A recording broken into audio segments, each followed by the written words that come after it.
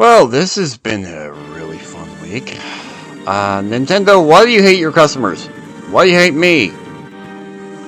I bought the Switch too. Not to play it, not to mod it, not to jailbreak it. Hell, I didn't even buy a single cartridge. I bought it as a decorative piece. I put it on my shelf next to my SNES, my NES, my Genesis, my Game Boy, and other sacred elders of pixel glory. I closed the glass door, sealed it like a museum exhibit, and a week later, when I went to clean everything, just for funsies, I turned it on and banned error code 212444508. Nintendo saw my shrine and said, "Nah, that's piracy, bro. We gonna brick it." So, with that little fun experience, I decided why not make this fun video with Final Fantasy VIII playing in the background. Let's unpack this digital slap in the face. Nintendo's updated ULA, that's the End User License Agreement for those who have no idea what that means. It's basically the digital scroll of doom. It gives them the power and authority to remotely disable your console if they detect unauthorized use or activity. And by unauthorized, it could quite literally mean anything. Laying on your shelf for a week. Your dog got a hold of it. A MIG cartridge used by someone else. Somewhere else at some point in your console's past life. Doesn't matter if you're innocent, if you're guilty, if your dog got a hold of it, if your console had a shady ex, you're toast. And it's not just a ban. It's a digital exorcism. Your console has been cast out of the Nintendo kingdom forever. No online play, no patches, no cloud saves, just a glowing rectangle of corporate spite. Now enter Brazil, land of samba, soccer, and apparently customer protection laws that actually protect consumers. Procon SP, their watchdog agency, filed a legal complaint against Nintendo calling the bricking policy abusive, in which the entire world fucking agrees with you. Translation: hello Nintendo, maybe don't punish people for buying used consoles like it's the Inquisition. Nintendo has 20 days to respond, which is about 19 more than they gave me when my console bit the dust. And here's the kicker. Nintendo doesn't even have an official presence in Brazil, so Procon SP had to go through Nintendo of America because nothing says we care about your rights like outsourcing accountability across continents. Now let's talk ethics. Should the company be legally allowed to brick your hardware that you own? Is this about piracy or control? Sony bans accounts, Microsoft bans accounts, but Nintendo, they just flat out ban the box. It's like grounding your toaster because someone else used it to make illegal toast. It doesn't make sense at all. Let's take a moment to be crystal clear. I did not mod the Switch 2. I did not jailbreak it. I did not use a MIG cartridge.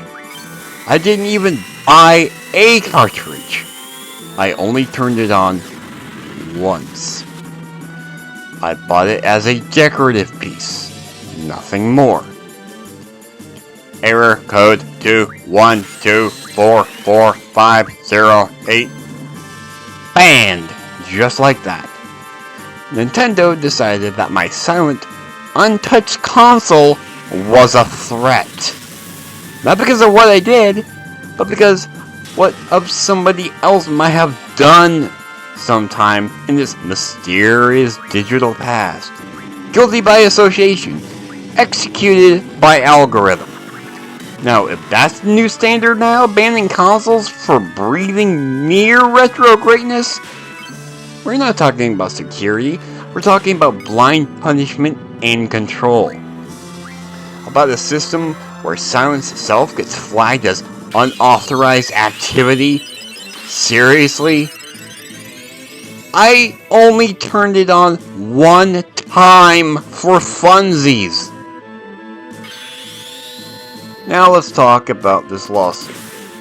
If Brazil succeeds, other countries may follow.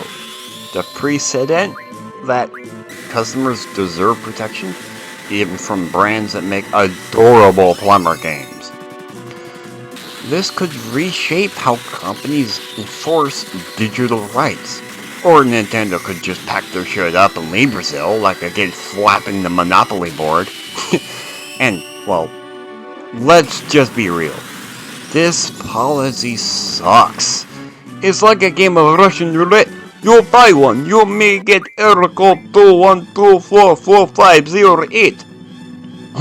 Instead of playing Super Smash Brothers.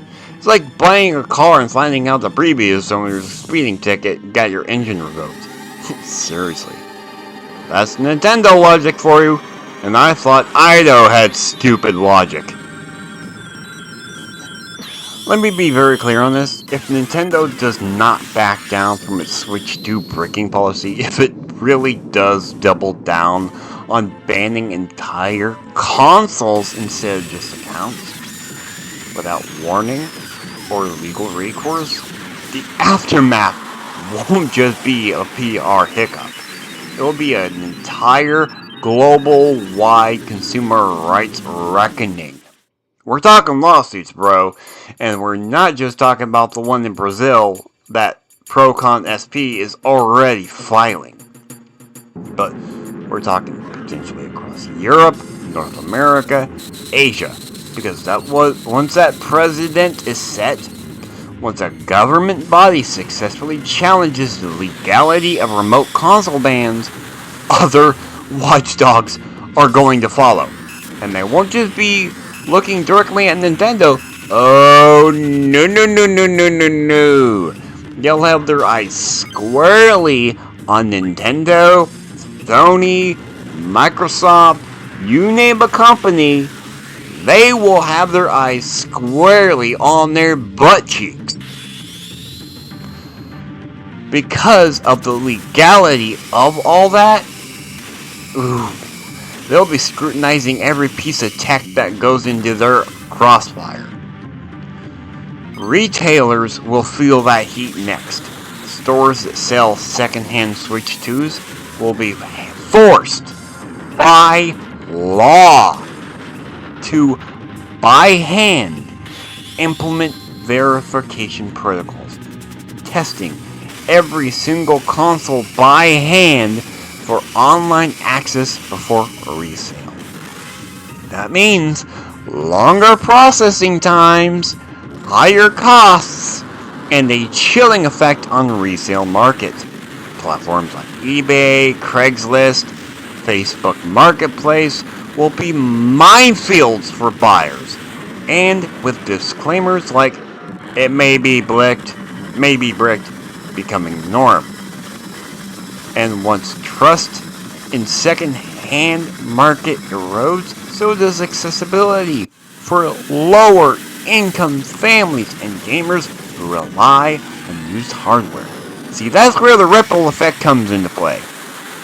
On developers and publishers, see, if the Switch 2 is being bricked in mass, that's a shrinking install base for online games. DLC, digital storefronts, indie devs who rely heavily on the Switch's ecosystem will see their audience fragmented like just a grain of sand.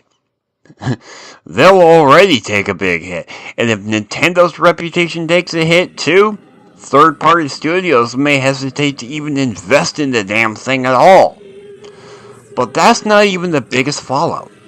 The biggest one would be the philosophical one, the erosion of ownership. If a console can be banned for something you didn't do, or even did do, like for me, putting it on my shelf, then when will the consumer start asking the harder questions? Does that mean that you don't own a device in 2025 anymore? Is it yours? Or is it just leased under invisible conditions that we don't even understand? And if companies can enforce these, punishments without transparency, then the entire concept of digital trust collapses. Don't you get it? Governments may respond with litigation, and we may see new laws requiring companies to be more transparent, offer appeals, disclose ban reasons, and limit enforcement to accounts rather than hardware. And if Nintendo resists, they may risk being banned in the country themselves. Not just from online stores, but entire marketplaces.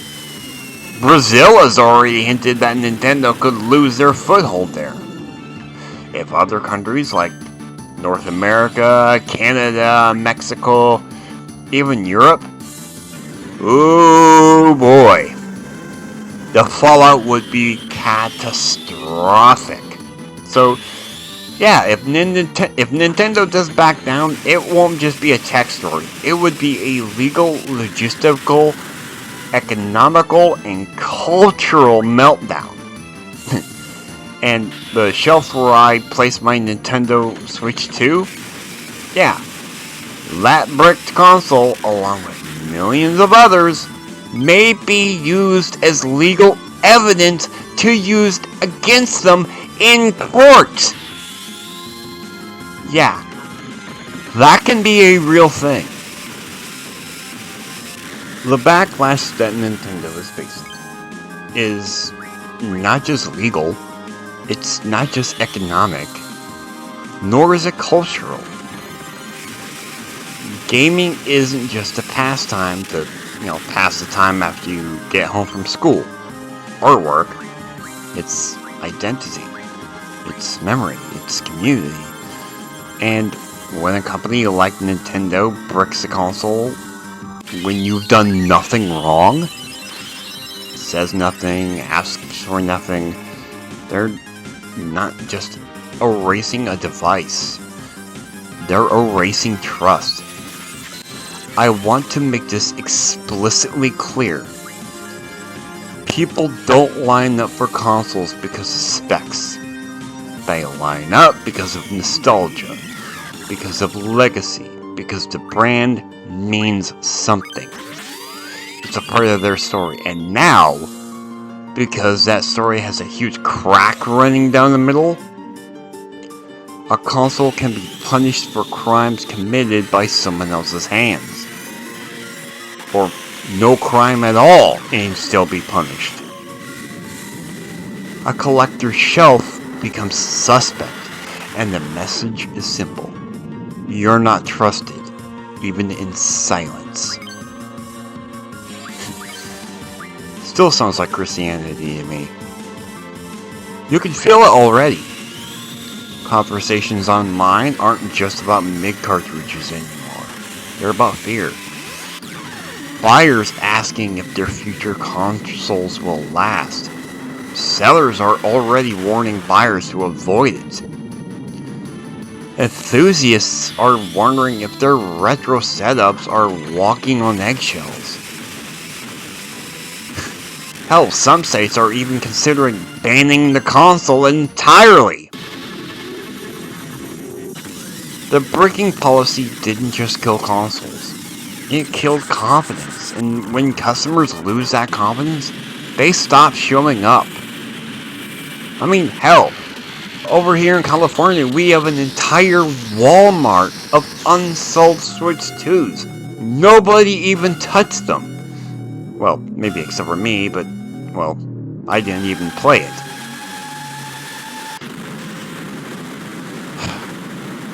When people stop showing up, they stop engaging. They don't rage, they don't fade. They rage on the inside. And they speak with their wallets, quietly and permanently, until they have platforms that respect their presence. For brands that offer redemption, transparency, and sanity, what Nintendo is doing didn't just rewrite a clause in a contract, it rewrites a relationship, one that both creators and players absolutely despise. buys. A real contract of love, care, and clarity is between legacy and loyalty between the company, the brand, and the customer. And if they don't want it back, they'll wake up in the world where gamers finally had enough. And they make their own games, their own consoles. And Nintendo will be the first to fall. Now, before I close off on this wonderful video, I need to say this really clearly. Silence speaks volumes, but nowhere nearly as much as your wallet. Speak with your wallet, speak with your votes, and speak with your voice. Ask yourself this very important question the next time you walk past the entertainment center, at Walmart, or at your local convenience store, and you see a Switch 2. Ask yourself, what does this mean for you? Check your console, read the fine print, and ask yourself, when you buy a device, do you own it? Or do you just borrow it until someone says otherwise? Because this isn't just about gaming. It's about power, trust, and the future for digital freedom. And maybe, just maybe, it's time to fight back. Thank you for hearing me out. And together, regardless of where we are in the world, we can fight back. We can be heard. And Nintendo, you better pull up your man panties because shit's about to get real. Just saying.